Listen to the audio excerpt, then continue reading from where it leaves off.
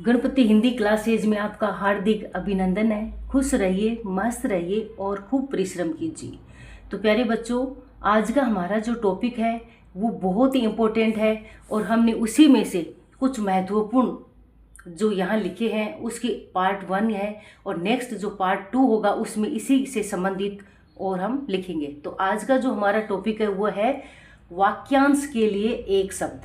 और ये कैसे भी पूछा जा सकता है, वाक्यांश के लिए एक शब्द या एक शब्द के लिए वाक्य। तो इसमें हमें अगर एक तरीके से ऐसे समझ लिए तो वैसे भी आराम से लिख सकते हैं। यानी अगर हम वाक्यांश के लिए वो एक शब्द हमें पता है तो उसका हम वाक्य भी बना सकते हैं। अगर वाक्य का हमने ये समझ लिया तो एक शब्द भी हम सीख लेंगे। यानी ये एक आप इसमें किसी प्रकार की प्रॉब्लम नहीं आएगी। वाक्यांश के लिए एक शब्द के लिए हमने कुछ बहुत ही महत्वपूर्ण शब्द यहाँ लिए हैं और उन्हीं से संबंधित वाक्यांश से संबंधित नेक्स्ट जो पार्ट 2 होगा उसमें कल हम पढ़ाएंगे और कल इसमें वीडियो में आपको मिल जाएगा। तो आज हम पढ़ते हैं वाक्यांश के लिए एक शब्द। तो इसमें देखिए, जो दिखाई न दे, जो दिखाई न दे उसके लिए एक शब्द क्या है? अदृश्य। अदृश्य।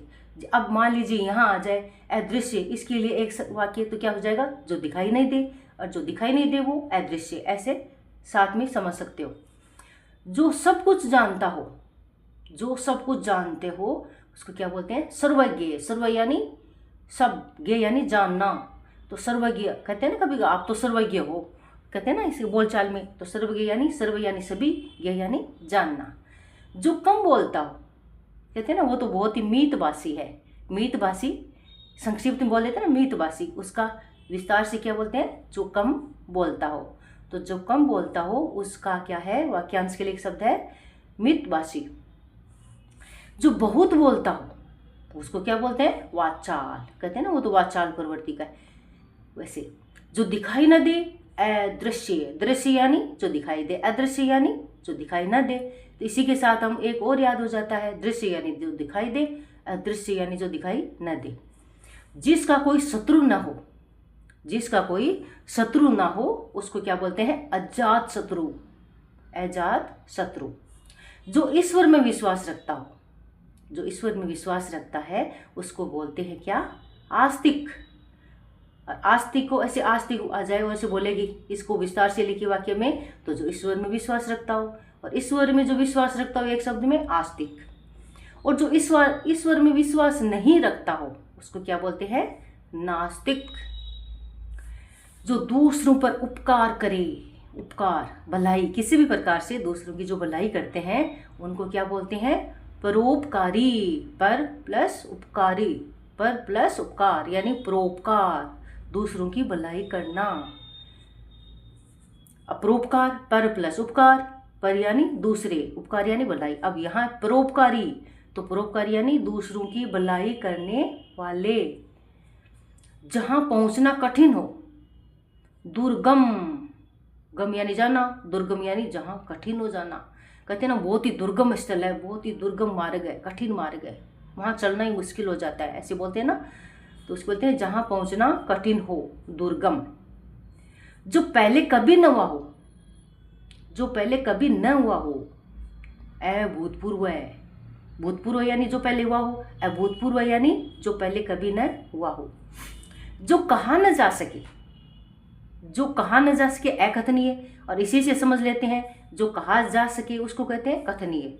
यानी जो कहा न जा सके उसको अकथनीय, और ए हटा दो तो जो कहा जा सकता है उसको कथनीय बोल सकते हैं। जो बूढ़ा न हो, अजर। जर यानी बुढ़ापा, अजर यानी बूढ़ा न होना। जिसका कोई मूल्य न हो, अब कहते हैं ना बहुमूल्य। अब कभी कभी आता है ना जिसका बहुत मूल्य हो, बहुमूल्य। और जिसका कोई मूल्य ही नहीं है, अमूल्य है, यानी कोई कीमत नहीं है उसकी, अमूल्य है।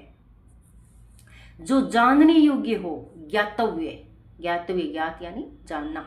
जो जानने योग्य हो, ज्ञातव्य। जो देखने योग्य हो, दर्शनीय। कहते हैं ना दर्शनीय स्थल, बोलते हैं ना बोलचाल में दर्शनीय स्थल। तो दर्शनीय स्थल का दर्शनीय यानी जो देखने योग्य हो, स्थल यानी वो स्थान, कोई भी दर्शनीय वो दृश्य जो देखने योग्य हो वो क्या कहलाते हैं? दर्शनीय।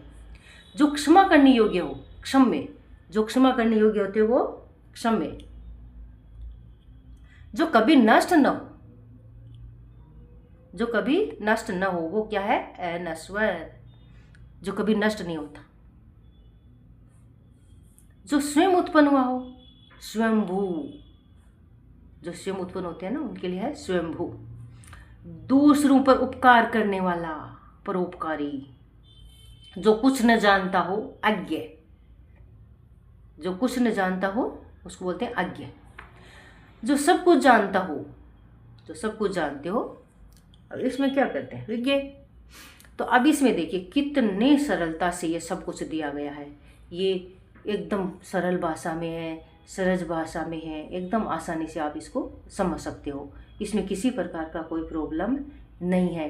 तो आपको इसी प्रकार से इसके और आगे कुछ महत्वपूर्ण और यहाँ पार्ट 2 में मिलेंगे, और हो सके तो पार्ट 3 भी और बना लेंगे, क्योंकि इनकी कोई वो सीमा नहीं है।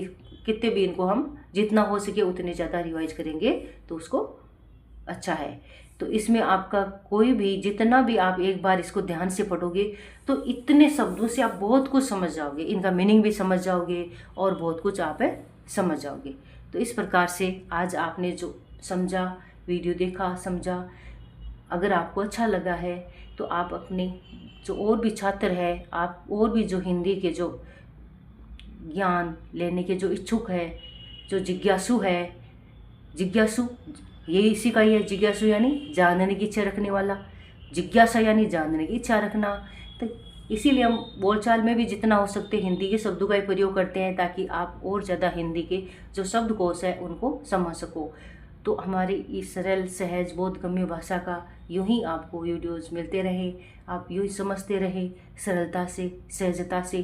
तो वीडियो को आप सब्सक्राइब और लाइक कर दीजिए, अपने और भी छात्र अपने दोस्तों में शेयर कीजिए, और ध्यानपूर्वक आप मल्टीप्लाई ऑप्शन से पढ़िए।